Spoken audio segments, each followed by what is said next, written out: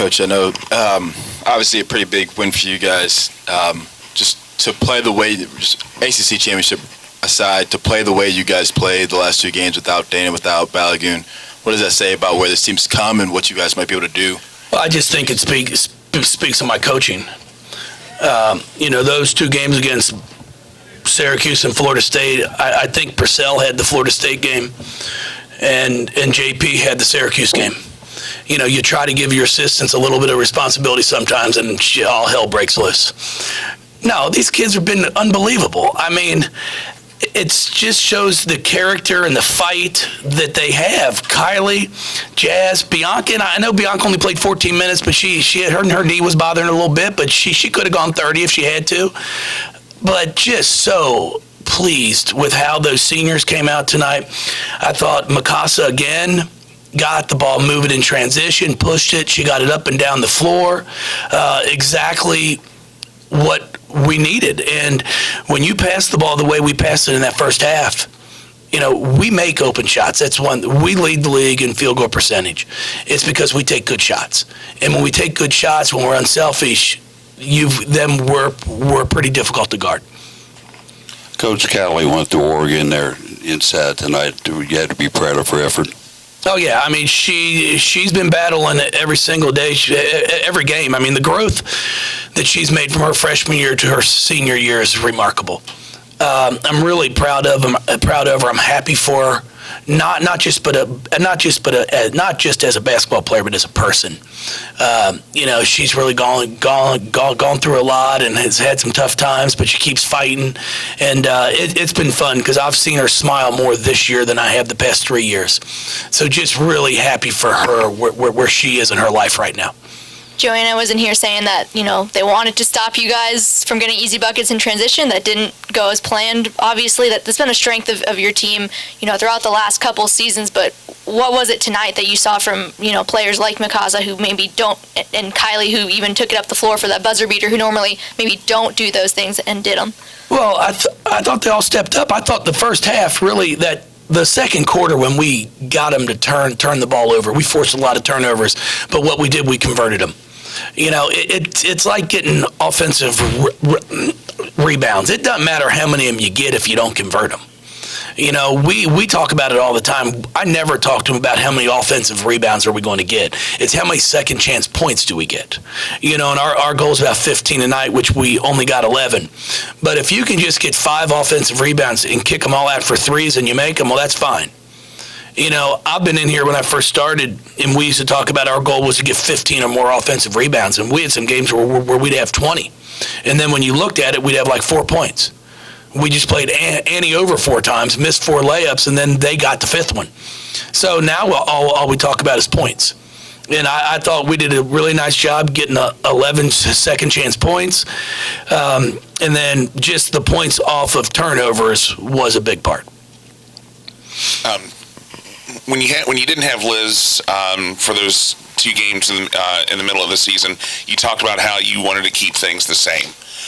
Knowing, though, that you weren't going to have Dana and Liz for this game and probably even, I would imagine, for Virginia Tech on Sunday, have you looked to make any tweaks, or have you just went ahead and trusted Mikasa and Yaya to do what? Yeah, that's exactly right. We have not made any tweaks. I could have played Dana and Elizabeth tonight. They were cleared to play. So I was just going to see how it went, see how the game, how it played out. And when we made that big run there in the second quarter, I felt pretty good about the fact that I wasn't going to have to play them. So hopefully tomorrow we'll get another decent day of practicing with them, see how they feel. And then we'll come back on Saturday. And then it'll still be a game time decision. But, I feel a little bit better where Elizabeth is right now compared to Dana. But I have no doubt that they'll both play some on Sunday. Do you have any concerns that, because obviously Virginia Tech's a good team and they're playing for postseason seeding as well. Any concern that maybe not having Dana or Liz for that may affect where you guys end up, for March Madness? No, that's the one thing that have to have a little faith in your NCAA committee. I've been one of those people that's been on that committee where you have a monthly phone call, and now it might come down to every 2 weeks where you're going through your league and you're talking about, okay, here are the top 4 teams, here's who they've played, here are the injuries that they have. If somebody is out. And, that's one thing I know. Q at Syracuse is our person in charge of our league. He actually texted me today and made it aware that their last meeting they had, he made sure they knew. For our 2 losses, Elizabeth Balogun was gone. She was playing with the Nigerian national team. Because it's not like she was suspended. Because I really don't think they care about that. If you get suspended for doing something, it's not going to help you much to tell them they aren't playing.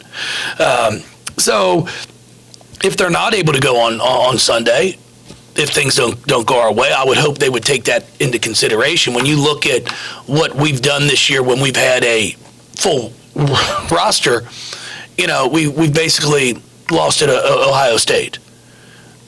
So it's I think we've done enough to where I think the committee would give us the respect that we've earned. Jeff, you touched on this yesterday a little bit, but what does it mean to be able to win this conference outright?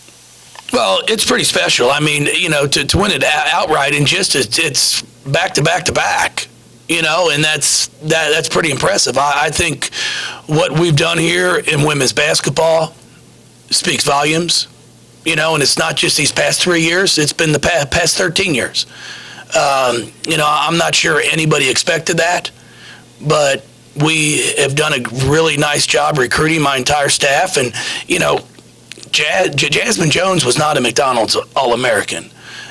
So we have a lot of players that aren't just your McDonald's All-Americans that have done some wonderful things for us. And we have players that have trusted the process. As a freshman, Jazz didn't play a ton. And then she really worked in the off season, that freshman summer. Then she gets into the starting lineup as a sophomore, and she's continued to grow. So it's something to be extremely proud of. There's no question about that. But we aren't finished. We've got a big ball game on Sunday, and then we'll go down to Greensboro to compete in what I think is going to be just a fantastic ACC tournament. Coach, you obviously don't ever want anybody to be injured, but how important have these last 2 games been for Mikasa in terms of the amount of minutes she's been getting and the reps that she's getting running the offense? Well, the reps have been really important. There's no question about it. But she had been playing well when Dana was healthy. So it's not like all of a sudden now she's just doing things that she hadn't done before. But the minutes she's getting, the experience she's getting, learning time and score is really something that's important for her. I think that's part of her growth is really learning to understand the game, know when someone's made a shot, how to get them a shot, and then if we haven't scored in a possession or two, when to try to slow the ball down to make sure we do get a good look. Along those lines, with Mikasa in the starting lineup, and Yaya in the starting lineup, you've had, I think, 95 first-half points these last 2 games. Obviously, defenses haven't been quite as stout as what you've played against earlier in the ACC. But have you seen anything that maybe, with Mikasa and Yaya and with just the team out on the floor that you've had, that you can try to tweak once Dana and Balogun come back in? Yeah, there's no question about that. What Yaya does is she sprints the floor. She really sprints the floor after we've secured a rebound. She gets down that floor. Mikasa's done a great job of advancing the ball with the pass instead of advancing the ball with the dribble only. And Dana has seen that. And then for Dana, I think she's going to get some more scoring opportunities when she does advance it off the pass and get away from the ball, because you get a lot on the backside. So, those areas right there, I think that we can show and continue to try to get some growth from. So when Elizabeth out there, even Jazz, we talked about it with her. She's run the floor a lot harder the past 2 games. Coach, you've gotten a lot of quality minutes for Mikasa and Yaya, like you've discussed, but you've also gotten quality minutes for the likes of Lindsay Duvall and Molly Lockhart and Jessica Lemley even. What have you seen from them in the time they've played over these past couple games that gives you confidence perhaps in desperate situations in the tournament?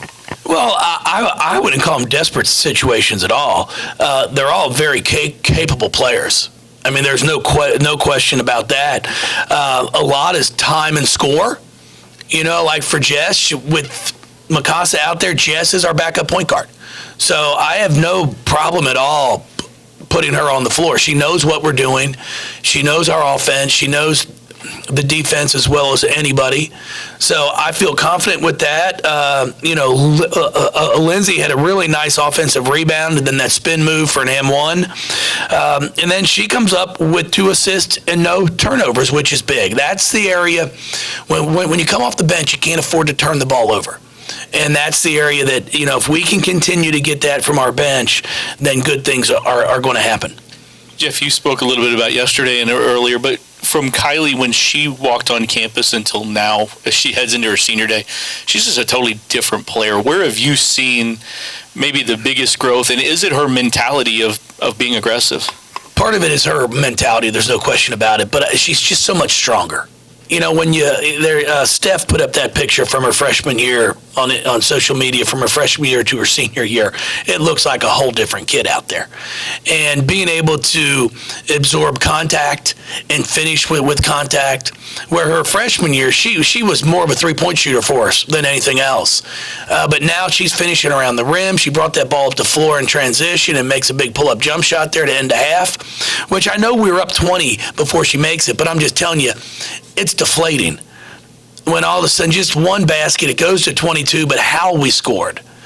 If you're the opposing team, it's just like, are you kidding me? What can go right for us? So she made some big plays, 2 more blocks today, 10 rebounds. So just really, really proud of her. And as I said, the basketball side of it, she's gotten better, but I'm just so excited for her as a person. She's really in a great place in her life right now. Touched a lot on individual players and their progress, but as a team, what are the biggest differences you see from October to right now? Well, we're taking care of the ball better.